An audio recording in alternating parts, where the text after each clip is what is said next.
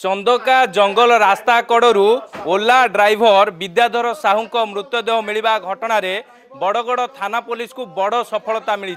तेबे यही घटना 4 जन अभियुक्त को गिरफ्त करा जायछि। सेमाने होउचंती पारला खेमुंडी अंचल विशेष करके एमाने जेतेबेले 4 जन को गिरफ्त करा जायछि एमानंक विरोध रे आ कोन कोन सबु मामला रही से दिग को लेकिन पुलिस परवर्ती समय स्पष्ट करिवो। किंतु आपण देखुतबे जो ओला ड्राइवर विद्याधर साहू को हत्या कहा जाउछि जो बळे अपहरण करथिले एवं परवर्ती समय रे एमानंक कस्टडी रे थिबा समय रे जे कि विद्याधर साहूकर मृत्यु होइतिला परवर्ती समय रे एमाने केउबळी भाबरे प्रमाण नष्ट करिया पई कि चंदका जंगल रास्ता कड़े मृतदेह को फिंगी दे एमाने फेरार हो जाइथिले। तेबे बड़गड़ थाना पुलिस रो गोटे स्वतंत्र टीम पाला खेमुंडी अंचल ये 4 जन को गिरफ्त करिया परे एमाने आत्महत्या करिया पई प्रवर्तैबा प्रमाण नष्ट करिबा ता सहित अपहरण करिबा अभियोग रे ए 4 जन को जेतेबेले गिरफ्त करा जायछि आ अन्य जो अभियुक्त माने एबे भी फेरार रहिसंती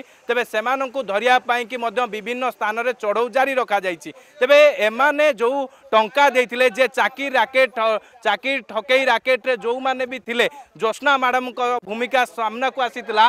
तेबे से ज्योत्स्ना मैडम एबे केउंटी अछंती तांको विरोध रे मध्य अपहरण एवं आत्महत्या करने प्रवर्तैबा प्रमाण नष्ट करने ए विरोध में जे रही ज्योत्स्ना मैडम तांको विरोध में यही संगीन दफा लगी। तेबे आपण देखुवे 4 जन को जो गिरफ्त करा जायछि एही घटना रे अपहरण घटना रे 8 रु अधिक व्यक्ति संपृक्ति थिबा नै कि पुलिस प्राथमिक तदंतर जानिबा को पाइबा परे अन्य जो अभियुक्त माने फेरार रहिसंती सेमानंकु धरिया पई कि मध्य विभिन्न स्थान रे चढ़ऊ जारी रखिछि बड़गड़ थाना पुलिस। सबुठ बड़ कथा हला चाकरी राकेट रे जे मृतक रहिसंती ओला ड्राइवर विद्याधर साहू से होउचंती मध्यस्थी साजिथिले एवं 10 कोटी रु अधिक टंका ठकेई करिथिबा नै कि जेतेबेले पुलिस एबे तदंतर जानिबा को पाइछि। तेबे निश्चित भाव में भुवनेश्वर अपहरण जाजपुर रे मृत्यु चंदका जंगल रु मृतदेह मिलवा घटना रे पुलिस हाथ में ये 4 जन जे कि धरा पड़िया परे पुलिस आउ अन्य अभियुक्त मानक धरिया कि विभिन्न स्थान में चढ़ऊ जारी रखिथिबा सूचना मिली।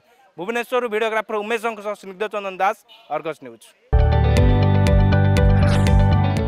जदि आपंक आम भिडी भल लगा तेब आम चैनल को लाइक शेयर और सब्सक्राइब करने को जमा भी भूलु नहीं।